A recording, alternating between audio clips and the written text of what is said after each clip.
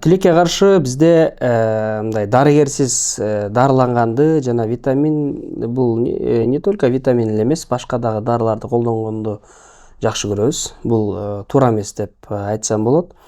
Себеби витаминдер дагы өзүнүн дозасы болот. Туура дозада колдонуш керек. Мисалы, аз дозада колдонсо, бул ал витаминди көтөрбөйт, эч кандай пайда алып келбейт. Жөн эле убарачылык болуп калат.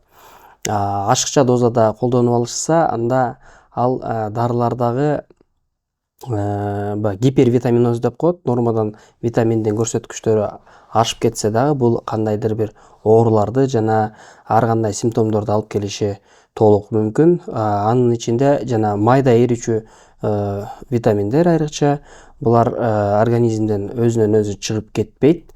Анан анын кесепети дагы оор болуп, башка ооруларды чакырып коюшу толук мүмкүн.